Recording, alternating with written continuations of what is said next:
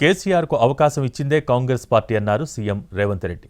ఎంపీగా, కేంద్ర మంత్రిగా కేసీఆర్కు అవకాశం ఇచ్చిందన్నారు ఆయన.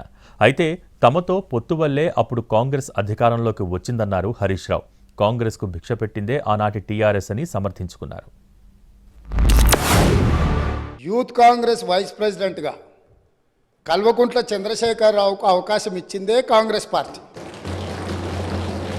సింగిల్ విండో డైరెక్టర్గా ఎన్నికల్లో పోటీ చేయడానికి ఇస్తే కాంగ్రెస్ పార్టీ తరఫున నిలబడి ఓడిపోయిందే చంద్రశేఖరరావు. గత పాలనలో ఎంపీగా గెలిపించిందే కాంగ్రెస్ పార్టీ. గత పాలనలో షిప్పింగ్ మినిస్టర్ ఇచ్చిందే కాంగ్రెస్ పార్టీ. ఆ తర్వాత కార్మిక శాఖ మంత్రి ఇచ్చిందే కాంగ్రెస్ పార్టీ. అంతెందుకు ఇక్కడ సభ్యుడు ఉన్నాడు, వారు కూడా వారి కుటుంబ సభ్యులే.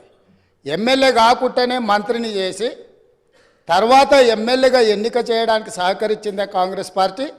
ఈరోజు వాళ్ళు ఏ పేరైతే వినోద్ అనుకుంటున్నారో ఆ రాజశేఖర రెడ్డి గారే ఆ మంత్రివర్గంలోనే గత ఆర్థిక శాఖ మంత్రి సిద్దిపేట ఎమ్మెల్యే గారు ఎమ్మెల్యే పదవి లేకుండా మంత్రిగా ప్రమాణ స్వీకారం చేసిండ్రు. రాజశేఖర రెడ్డి గారి నాయకత్వమే దేశానికి బలమైన నాయకత్వం అని అందులో పనిచేసిండ్రు.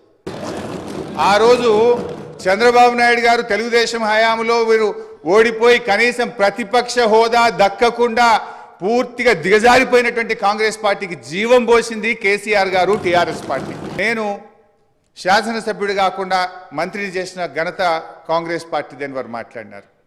ఆ కాంగ్రెస్ పార్టీని అధికారంలో తెచ్చిన ఘనత టీఆర్ఎస్ పార్టీది. ఆ రోజు మేం పొత్తు పెట్టుకోవడం వల్లనే ఆ రోజు కాంగ్రెస్ పార్టీ అధికారంలోకి వచ్చింది తప్ప మీరేదో గెలిస్తే మాకు పదవులు ఇచ్చారు కాదు. మేము కాంగ్రెస్ పార్టీకి భిక్ష పెట్టినాం, మేము కాంగ్రెస్ పార్టీని అధికారంలో తేవడానికి ఆ రోజు సహకరించమనే విషయాన్ని గుర్తు చేస్తా ఉన్నాం.